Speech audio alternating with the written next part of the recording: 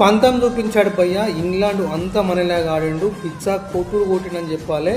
Right hand batsmen షాట్లు కొట్టిండు, left hand batsmen షాట్లు కొట్టిండు, అప్పు షాట్లు కొట్టిండు, డౌన్ షాట్లు కొట్టిండు, మార్చి బ్యాట్ని తిప్పి పిజ్జా కొట్టుడు కొట్టిండు. అసలు ఉతికి ఆరేసిండు ఇంగ్లాండ్ బౌలర్ అని చెప్పాలి. ఐపీఎల్లో ఆడేవాడు కాదు భయ్య, నిజంగా ఇండియా తరఫున నిలబడి ఆడేవాడికి ఒక రేంజ్ ఉంటుంది. రిషబ్ పంత్ ఈరోజు మామూలు కాలేదు, సూపర్ హీరో అని చెప్పాలి. స్పైడర్ మ్యాన్ షో చేసింది చెప్పాలి. గ్రౌండ్ నలుమూల సిక్సర్లు బాదాడు, 6 సిక్సర్లు కొట్టిండు. పిజ్జా కొట్టుడు కొట్టి ఖతర్నాక్ కిర్రాక్ సెంచర్ కొట్టిండు. నిజంగా రిషబ్ పంత్ ఈజ్ బ్యాక్ అనేలాగా ఆడిండని చెప్పాలి. టెస్ట్ మ్యాచ్ ఆడుతున్నట్టు ఆడట్లేదు భయ్య, T20 ఆడుతున్నట్లు ఆడుతున్నారు. T20 ప్లేయర్లను తీసుకొచ్చి టెస్ట్ మ్యాచ్ ఆడిపిస్తే ఇలాగే ఉంటుందిరా బాబు అనేలాగా బ్యాటింగ్ చేస్తున్నారు. నిజంగా వెల్ ప్లేడ్ టీమిండియా. 27 కోట్లు పెట్టి ఐపీఎల్లో కొనుక్కుంటే అసలు ఏం ఆడలేదు, మనోడు పర్ఫార్మెన్స్ లేదు, ఆ ఫామ్ లేదు, బ్యాటింగ్ లేదు.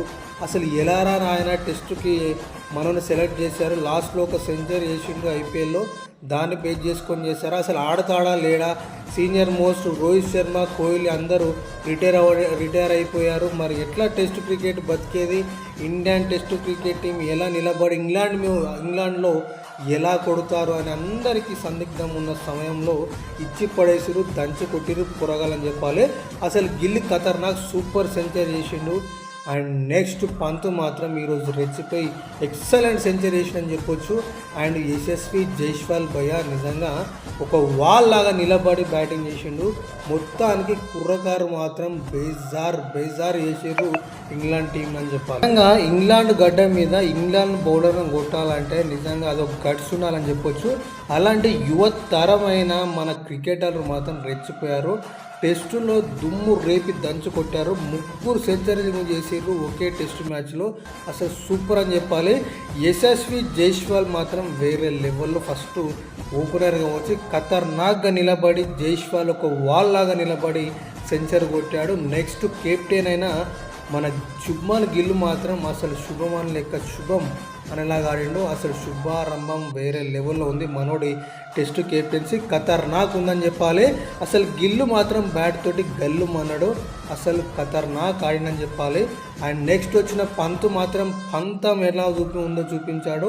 ఇంగ్లాండ్ అంతమయ్యేలాగా ఆడతానని మనోడు కొట్టడం జరిగింది భయ్య, మామూలుగా కొట్టలేదు.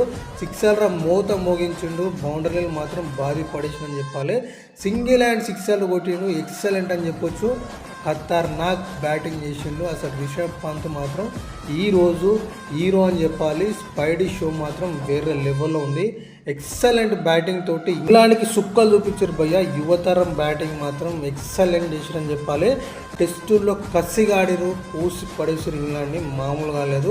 ఎక్సలెంట్ టీమిండియా టెస్ట్ మ్యాచ్ ఆడుతున్నట్టు ఆడట్లేదు భయ్య, T20 ఆడుతున్నట్లు ఆడుతున్నారు. T20 ప్లేయర్లను తీసుకొచ్చి టెస్ట్ మ్యాచ్ ఆడిపిస్తే ఇలాగే ఉంటుందిరా బాబు అనేలాగా బ్యాటింగ్ చేస్తున్నారు.